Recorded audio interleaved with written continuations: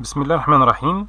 Bonjour tout le monde. Donc toujours avec notre module de physiopathologie métabolique. Aujourd'hui nous allons évoquer une autre maladie métabolique. C'est la dégénérescence maculaire liée à l'âge. Ou bien ce qu'on appelle en abréviation la DMLA. Je vous rappelle que votre cours sera disponible en version vidéo et en version PDF, soit sur la plateforme e-learning de l'université de Sidi Bou Abbès, soit aussi sur mon site personnel. Alors, commençons par une petite introduction. La dégénérescence maculaire liée à l'âge, ou la DMLA en abréviation, ou la dégénérescence maculaire sénile, est une maladie de la rétine provoquée par une dégénérescence progressive de la macula. Cette macula qui représente la partie centrale de la rétine. Bon, la rétine est une fine membrane tapissant la surface interne du globe visuel. Elle est nécessaire à la vision. Ce tissu neurosensoriel est capable de transformer les rayons lumineux en un signal nerveux et de le transmettre au système nerveux central. Donc cette DMLA peut apparaître à partir de l'âge de 50 ans et plus fréquemment à partir de l'âge de 65 ans, provoquant ainsi un affaiblissement important des capacités visuelles sans toutefois les anéantir. La dégénérescence maculaire liée à l'âge est la cause principale de la cécité, qui veut dire une perte totale de la vision, et aussi de la basse de vision chez les adultes de plus de 55 ans. Donc ici on a l'anatomie de l'œil humain, qui est l'organe de la vision. Il lui permet de capter la lumière pour ensuite l'analyser et interagir avec son environnement. L'œil humain permet de distinguer les formes et les couleurs. Ici, de l'extérieur vers l'intérieur, on a l'iris, on a le cristallin. Notre rétine, cette couche de rétine, elle est en arrière, représentée ici en jaune. Et la macula se trouve au centre de la rétine, juste au-dessus de la papille et aussi du nerf optique. Qu'est-ce que la dégénérescence maculaire liée à l'âge? Ici, avec l'âge, la macula s'endommage. Et la DMLA est une maladie oculaire évolutive qui affecte la vision centrale en embrouillant et en affaiblissant la vision. Ici, le patient peut observer une image un petit peu floue et déformée. La perte de vision peut interférer avec les tâches quotidiennes, ce qui rend le coût personnel et les coûts socio-économiques de la DMLA extrêmement exorbitants. Arrivons à la macula. La macula désigne la zone centrale de la rétine, à l'arrière de l'œil, où convergent les rayons lumineux en vision diurne, c'est-à-dire la vision de la journée. Elle contient en son centre une petite dépression appelée la fovea, entièrement composée de photorécepteurs. La macula assure la vision centrale et la perception des menus détails pour les tâches comme la lecture, la reconnaissance des visages, et aussi la conduite de l'automobile. Arrivons à la prévalence. Généralement, la DMLA, elle est peu prévalente. Elle ne représente que 1 à 2% entre l'âge de 50 à 65 ans. À partir de l'âge de 65 ans jusqu'à 75 ans, la prévalence peut augmenter à 10% et elle peut dépasser les 25% entre 75 et 85 ans. Ici, l'intérêt d'un examen ophtalmologique tous les 1 à 5 ans est nécessaire. Selon les facteurs de risque, des fois même sans facteur de risque, on est obligé de réaliser des examens ophtalmologiques tous les 5 ans au moins, tous les 3 ans, tous les 2 ans, ou bien chaque année.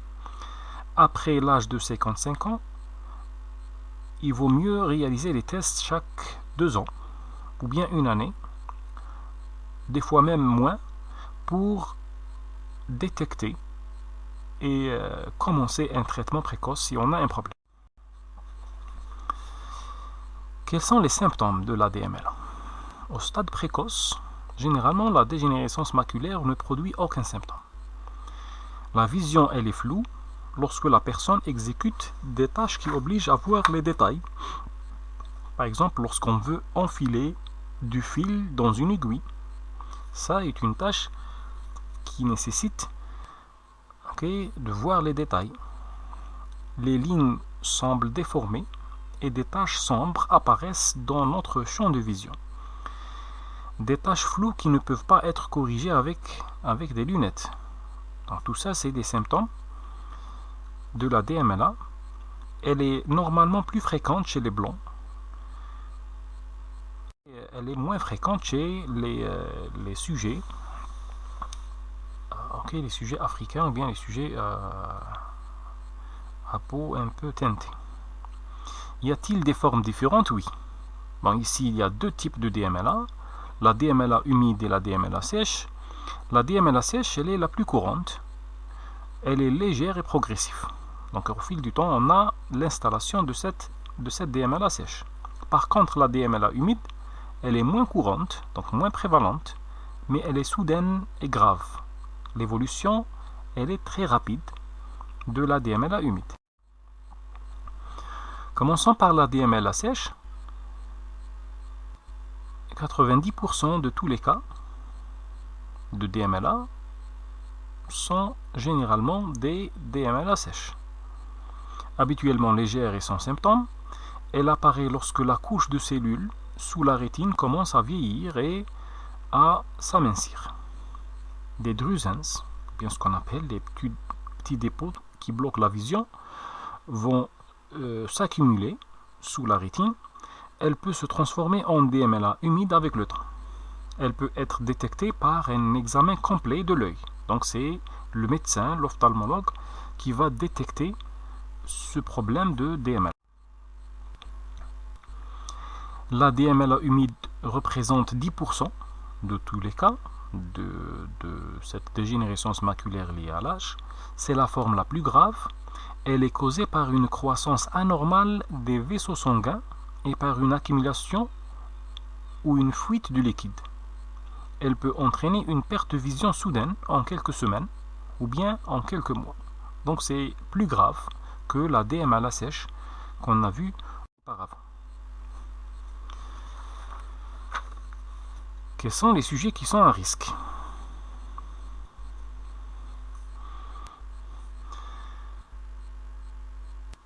Donc, plus on avance dans l'âge, plus on a un risque. Vous avez vu dans les diapos précédentes que le risque, il est multiplié à partir de l'âge de 50 ans, 55 ans, et beaucoup plus à partir de l'âge de 65 ans. Elle est plus fréquente chez les sexes féminins par rapport au sexe masculin. L'hérédité joue un rôle très important.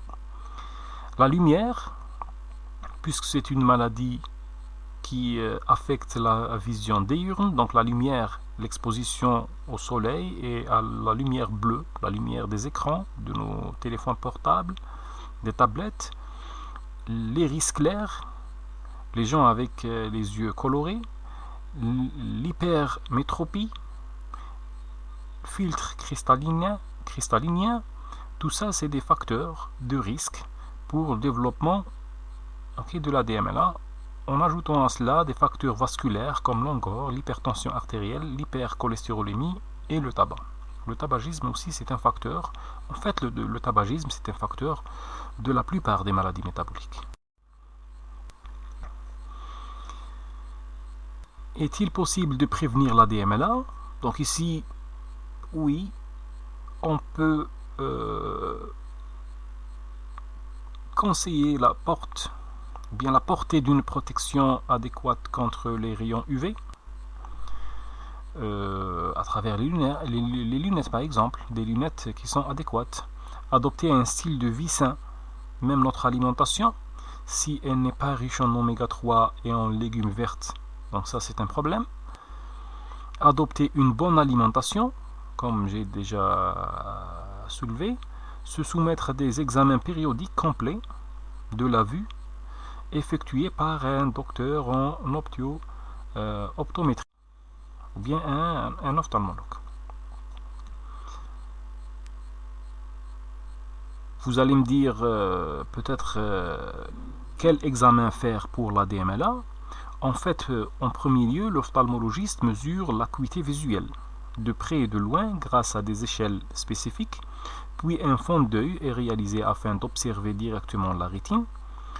Cet examen permet de dépister la forme précoce de la DMLA, ce qu'on appelle aussi la maculopathie liée à l'âge.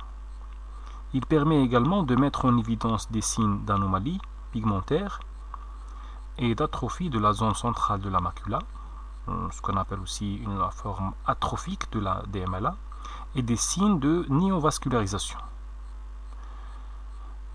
Y a-t-il un traitement contre la DMLA? Oui. Actuellement, on peut utiliser des suppléments vitaminiques. Pour la DMLA sèche, on a des exercices, on a des verres solaires de protection contre les rayons UV, changement de style de vie. Pour la DMLA humide, c'est des injections oculaires qui sont utilisées. Le traitement de cette DMLA humide repose actuellement sur la réalisation d'injections directement à l'intérieur de l'œil, injections intravétriniennes, des médicaments antifacteurs de croissance ou bien ce qu'on appelle les anti-VEGF et des molécules, des médicaments qui sont disponibles sur le marché, la ranibizumab ou bien le nom commercial, la DCI c'est Lucentis, ou bien les aflibercept, Eylea, le nom commercial. C'est des médicaments qui sont commercialisés. Les anti-VEGF, c'est ce qu'on appelle en anglais Vascular Endothelial Growth Factor. C'est des médicaments qui peuvent être injectés directement au niveau de l'œil des malades.